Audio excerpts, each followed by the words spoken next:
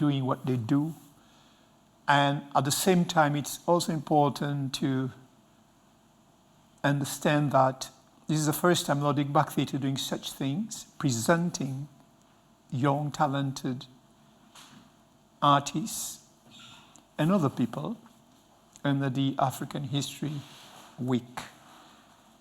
In America, it's called African History Month, but we call it a week for us because we want it to be tight, to be good, to be rich, and to be beautiful. We are so blessed to have with us today a coming talent. A lot of people might have heard her, but to us, we've nurtured her all around since she first came to the stage here, and we're following her development. And that thing, she's running diaspora, whereby you could see where they're going. We make sure that, that we sort of we become the light so that we can shine for them as they can find their way in the society where they are today. Sonia, welcome to us. Thank you. How are you? I'm fine. It's a pleasure to be here. Oh, it's so nice to be with you. And me getting a chance like that to speak to you. I know that, can you tell us a little bit about, you are still a student, right? Yeah, I am still a student. I'm in my second year of my 4-year bachelor's at the Norwegian Academy of Music, studying jazz and improvised vocals there. Why you have chosen music? Why music? Good question. Good question. I guess I just I have a lot of interests, but at some point, at the point of making the decision for what I wanted to study, I had been to a high school studying music because it had been a big passion for me. Obviously, youngsters grow up listening to music if it's something they like doing, but it was never like a strong thing in my family. Like as a child, it wasn't really very prevalent. Like I don't come from a musical family of musicians as such, but I guess I just liked it enough to want to go on and try out what it would be like studying it, and I enjoyed that, so I wanted to keep it going for a few more years. And it opens up many doors in many ways, like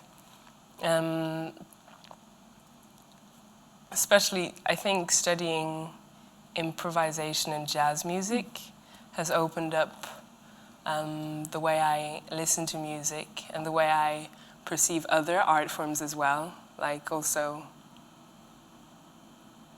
like dance, for instance. It also opened up that for me, so I recently joined a dance ensemble, which I'm very, very grateful for.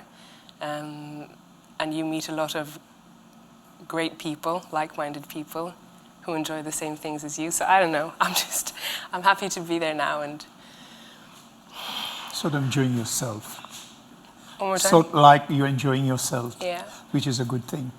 And I think that you're still young. It doesn't mean that this is it. It means that you're searching, looking out, looking for, be curious until probably you say, okay, this is it. But you still have a lot of time in front of you. So I think it's so good that you just sort of just taking that chance and say, okay, I'll try this one and see how it goes, and then see how it goes. And I think it's really good instead of saying, I want to be this, I want to be that. So you have room and space for that. But we know that these past years when we have seen you on stage, we've seen not only that you've been singing or playing piano, but we've seen you also how you arrange music. We see that you got a kind of the authority without being strict, but you have the authority how you sort of put things together organically with the others, and suddenly they deliver very good work. And this is our observation. That's what Nordic Black is all about, observing and facilitate and bringing up the good things with what we think the society needs and enriches the society as it is. I know that you are still at university supposed to do a bachelor, but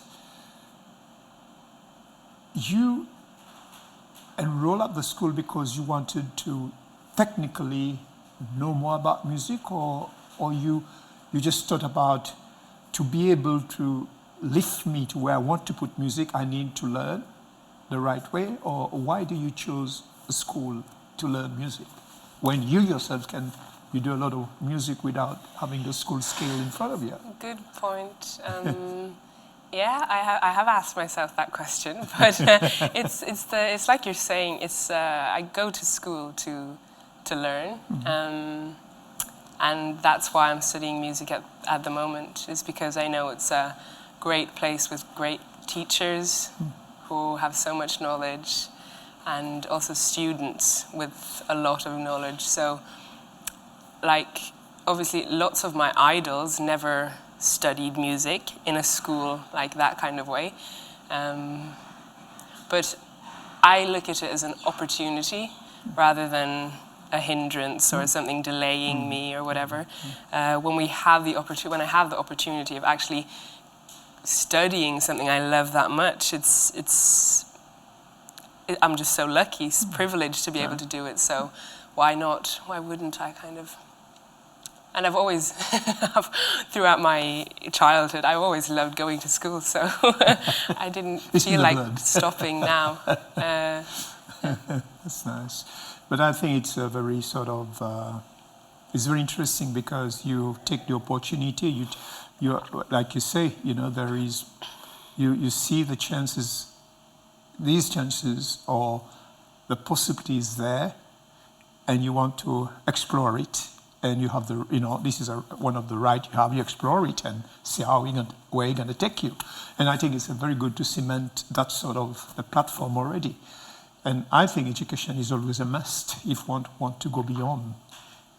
So that is a very good thing. There's nothing wrong of getting education, getting educated and build the knowledge, because this is what we need. Young generation like you need all that, to take shape of their own professional career or life in the future. But I think to make things a little bit shorter is like, what type of music you get? You talk about jazz improvisations and all that, but in you personally, what sort of music inspired you very much? Lots of different music has inspired me. So when I was like my first kind of kick, I would say, I don't know if that's a word you even use in English, but we use it a lot at school, was Alicia Keys. Everyone who knows me well knows that. That was like when I went to primary school. We only had one CD that I listened to in the car driving to and from school. So I listened to that CD a lot, songs in A minor. And then during my teenage years, to be honest, I didn't like embrace music as much as I like now. My fellow peers and stuff speak of their teenage years as the years when they listened to more music than ever. I wasn't really like that. I guess when I entered high school, that was when I started checking out different stuff. And I played a lot of classical music, not a lot, but I'd play classical piano for a few years, so that definitely influenced something in me. And then I guess I have a love for the African American soul tradition. So like Donny Hathaway, Sam Cooke, Otis Redding, that kind of music. I did a lot of it at high school. And now, the past few years, I've been more into like checking out a good bit of like standard jazz. Sarah Vaughan. I'm a sucker for Sarah Vaughan. Wow. Yeah. Yes, nice. Interesting. But at school, there's just so many influences all the time. Sometimes I feel it's overwhelming because it's hard to like pick one thing and just focus on it and dive deep. But it's also an amazing thing that you can just gather a few musicians and then jam together, and like somebody there is playing like we have this week we've been doing this, so an exchange student from South Africa with his South African jazz riffs, and then a person on trumpet who's classically trained but uses a lot of live electronics, and then a bass player who's just also got an immense spectre of musical influences. So it's just amazing to see what comes out of that kind of constellation. I like that as well, the mixes, yeah. That's very exciting. It's very, very, very interesting. Crossing all these sort of boundaries and all that, and then enjoying the best out of it. Yeah, and I think music, that's why it opened the pores of human being. It makes you realize that there's a kind of, the way I look at it, the way you explain it, I felt that it was, if everybody who go to work, more or less feel that, wow, it's so great to go to work, then I think the world will be in a better position because we're enjoying whatever we do. It's how we have to have fun. And the way you're explaining the thing you're doing at school, the present time now is so exciting. You are exploring that, how big music world is in fact, when you can contribute that little bit of yours, the other can contribute his, and suddenly it becomes something phenomenal in a way. I think about this, as mentioned earlier in the beginning, we said this month is African History Month, and this week is African History Week at Nordic Black Theatre. When you hear that thing, what does it means anything for you?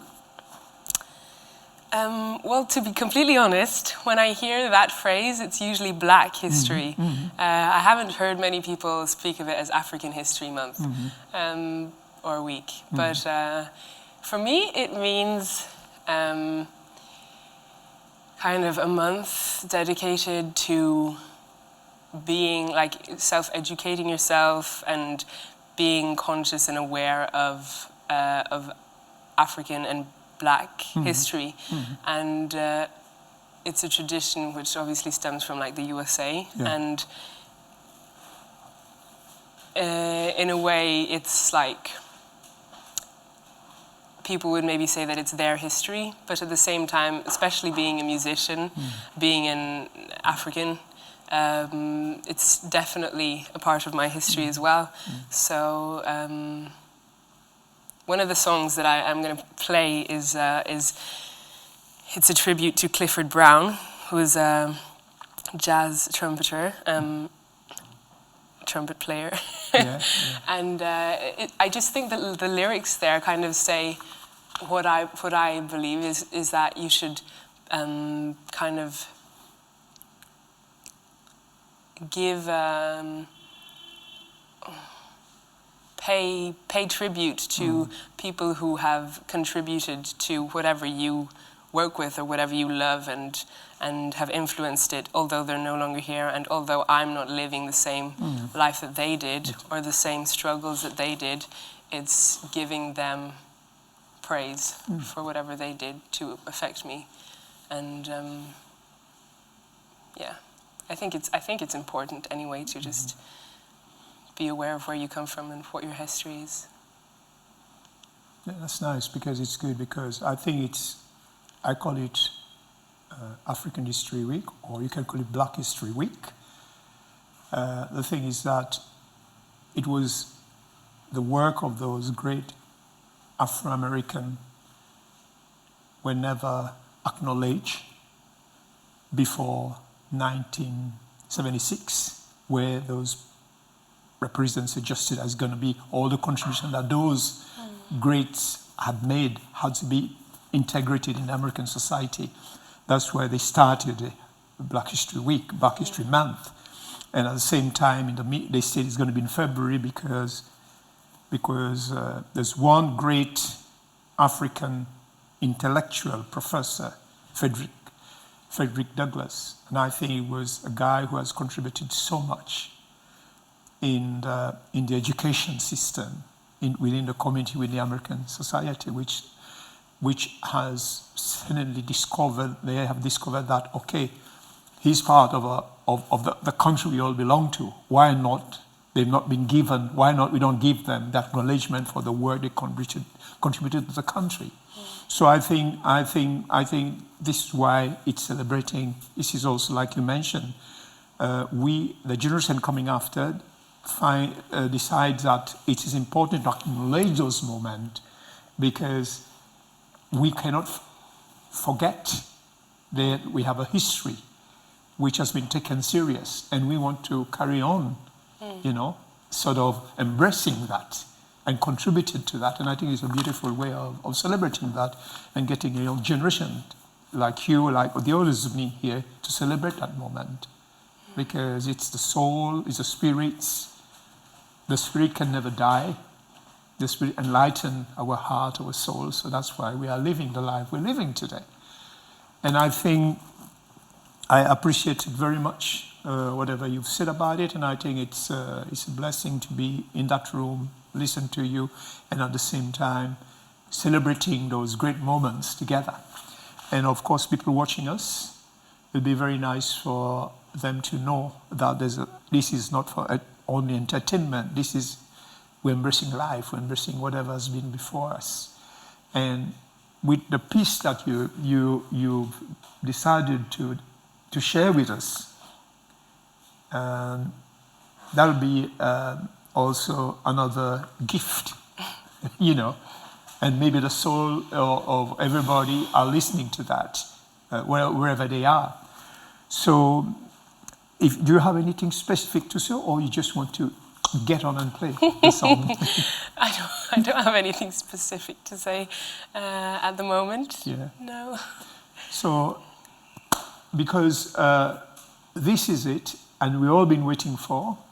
She mentioned that what song she's going to play, and we gave her the focus so that we can listen to the piece of music she's going to play. One song? Okay. This is, yes. I Remember Clifford.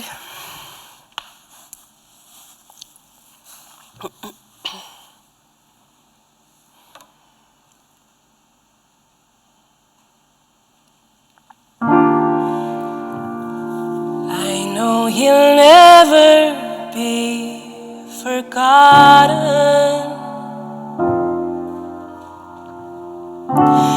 He was a king uncrowned.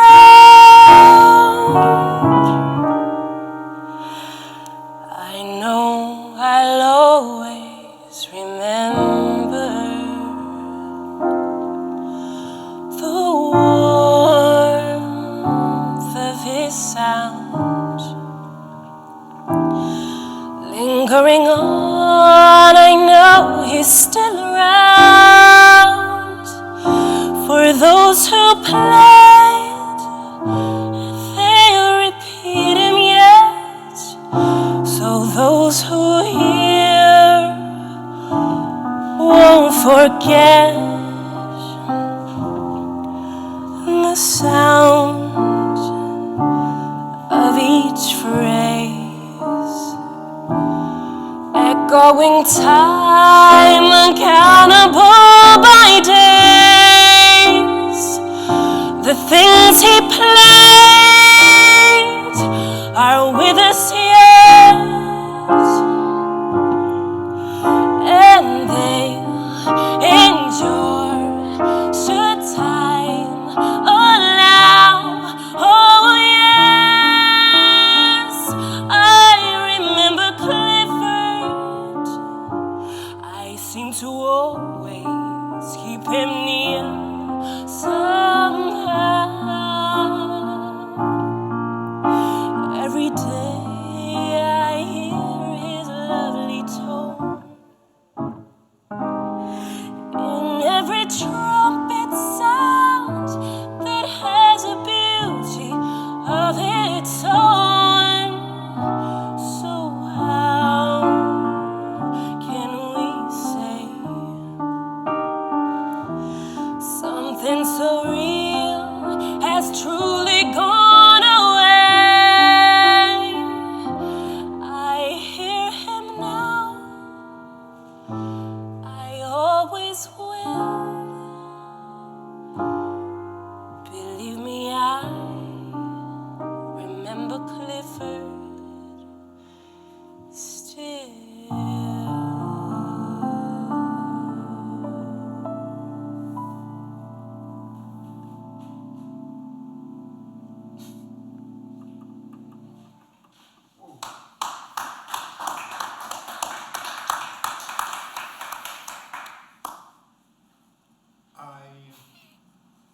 want to just thank you for that generosity, for all that love you put in the music, how much you engage yourself into what you do. We are looking forward to follow your profession further on. And we're so happy to have you with us. And hopefully people will remember the song, because there's history in the songs that you just played. We got to be remembered. We have to remember what has been before us. And I think that at the end of that, we just have to thank all of you people out there listening to us, listening to Sonia, and hopefully we'll be soon back with you. And before we wrapped everything up, I just want to present this new Tupac picture. We just came in especially today, dedicated because the guy knew that he was supposed, as a young girl coming here, and I said, that's why we have to bring Tupac, the inspirations.